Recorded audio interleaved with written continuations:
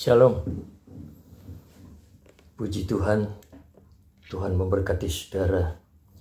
Surat 1 Tesalonika 2 ayat 17 dan 18 berbunyi, "Tetapi kami saudara-saudara yang seketika terpisah dari kamu, jauh di mata tetapi tidak jauh di hati, sungguh-sungguh dengan rindu yang besar telah berusaha untuk datang menjenguk kamu. Sebab kami telah berniat untuk datang kepada kamu. Aku Paulus malahan lebih dari sekali, tetapi iblis telah mencegah kami." Saudara, tema firman Tuhan, layanan lokal yang dahulu ditutup iblis, kini layanan global dibuka oleh Tuhan. Saudara, dahulu layanan visitasi Rasul Paulus ke jemaat lokal sering dicegah, sering dirintangi iblis. Sebagai hamba yang diutus untuk menuntun umat, untuk menjaga kawanan domba dari ancaman serigala buas, yaitu dari upaya pengajar-pengajar palsu yang sesat. Saudara, kini teknologi canggih membuat layanan visitasi tidak sulit lagi. Bahkan ibadah dengan komunitas berbanyak-banyak dapat dilakukan di mana saja, di rumah-rumah masing-masing, melalui smartphone yang ada di tangan kita. Kini yang dahulu jauh di mata, jauh di percakapan, menjadi begitu mudah. Bahkan pertemuan sekaligus untuk banyak orang dapat dengan mudah dilakukan setiap waktu, seperti ibadah online kita yang kita lakukan. Saudara, Tuhanlah yang membuka akses-akses yang terhalangi itu, yang terintangi itu, melalui otak orang Yahudi yang menciptakan smartphone yang sungguh canggih itu. Saudara-saudaraku, kini layanan pemberitaan Injil tidak lagi dapat dirintangi. Kisah visitasi lokal layanan Rasul Paulus yang dicegah iblis kini dibuka secara mengglobal oleh Tuhan.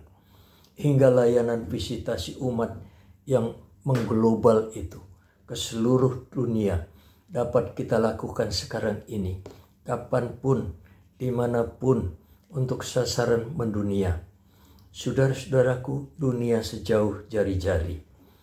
Namun demikian serigala yang mengancam kawanan domba pun sama-sama berpeluang besar, yakni ancaman pengajar palsu yang sesat.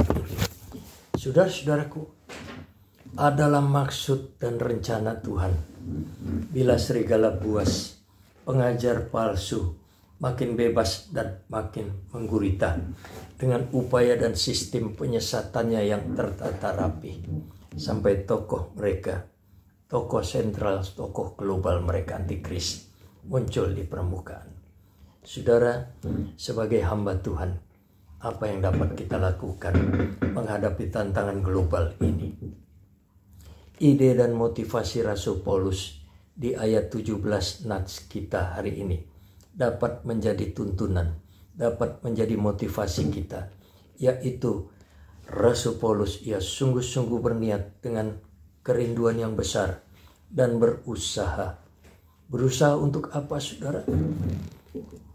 Berusaha untuk datang kepada kamu, kata Rasul Paulus. Saudara, kini di era global, kunjungan hamba Tuhan, kunjungan kita ke jemaat, bahkan kunjungan kita kepada jiwa-jiwa secara global, bahkan sudah dapat dilakukan. Memang kini berita-berita Injil berupa penguatan yang membangun, yang menasehati, yang menghibur, saudara dapat kita temui setiap hari lewat media sosial, setiap waktu, bahkan dengan akses yang tanpa batas, lalu lintas negara dan seterusnya. Saudara-saudaraku, namun untuk antisipasi serigala-serigala buas menyebarkan ajaran yang palsu, paling tidak bisa dilakukan oleh hamba-hambanya.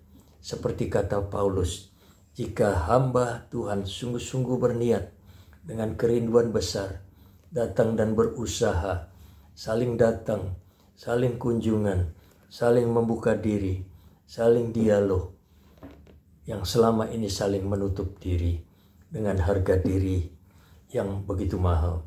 Sehingga saudara-saudara, unity dari doa syafaat Tuhan Yesus Kristus dapat terwujud.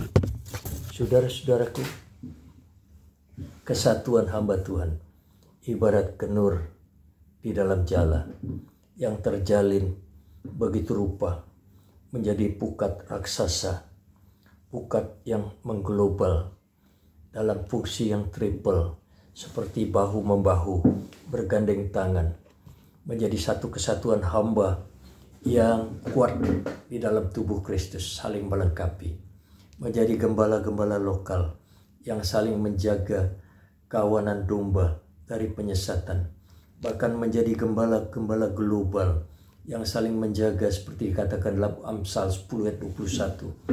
Bibir orang benar menggembalakan banyak orang. Saudara, yang ketiga menjadi penjala global, menjala jiwa-jiwa yang terhilang, yang tersesat, dan membawanya ke dalam sebuah komunitas yang bernama gereja.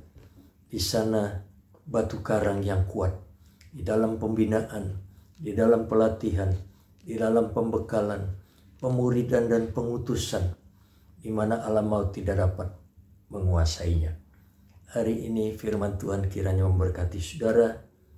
Haleluya. Tuhan memberkati.